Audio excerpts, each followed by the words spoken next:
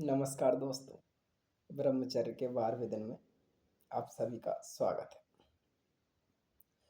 आज के इस कलयुग में या बोले तो आज के इस युग में एक मनुष्य या एक स्त्री या एक लड़का या एक लड़की जो भी उन्नति करता है जीवन में या जो भी उन्नति करेगा, उसकी उन्नति में, उसके यश में और उसकी कीर्ति में सिर्फ 3 चीज़ हैं जो उसे बहुत ज़्यादा प्रभावित करती हैं। इसमें पहला नंबर आता है अज्ञानता का। अज्ञानता, ज्ञान का अभाव, ये मनुष्य को बहुत ज़्यादा प्रभावित करता है, चाहे वो स्त्री हो, पुरुष हो, लड़का हो, लड़की हो। दूसरी जो सबसे बड़ी चीज़ है वो है किसी आदत, किसी लत से ग्रस्त होना। ये भी मनुष्य के उन्नति, यश और कीर्ति में बराबर प्रभाव डालता है, बहुत बराबर प्रभाव डालता है। और तीसरी चीज़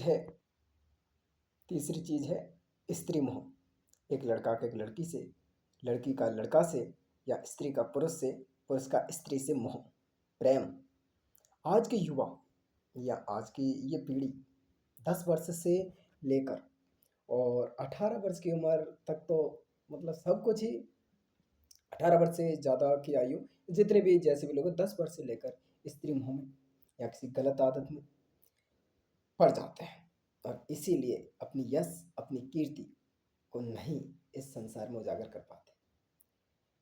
हाँ दोस्तों, हमें प्रण लेना है कि हमें इन तीनों चीज़ों से अपने आप को संयम पूर्वक बचा कर रखकर और अपनी यश और अपनी कीर्ति को इस संसार में फैलाना है।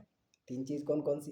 पहली चीज़ अज्ञानता, दूसरी चीज़ किसी लत या किसी आदत से ग्रसित होना और तीसरी चीज़ है स्त्री मोह। मुझे सबसे खुशी की बात यह है कि मैं यहाँ कोटा शहर में रहकर अभी वर्तमान में तीनों चीज़ों से परे मैं अपने आप को समझ भी पा रहा हूँ कि हाँ भाई, मैं तीनों चीज़ों से दूर हूँ।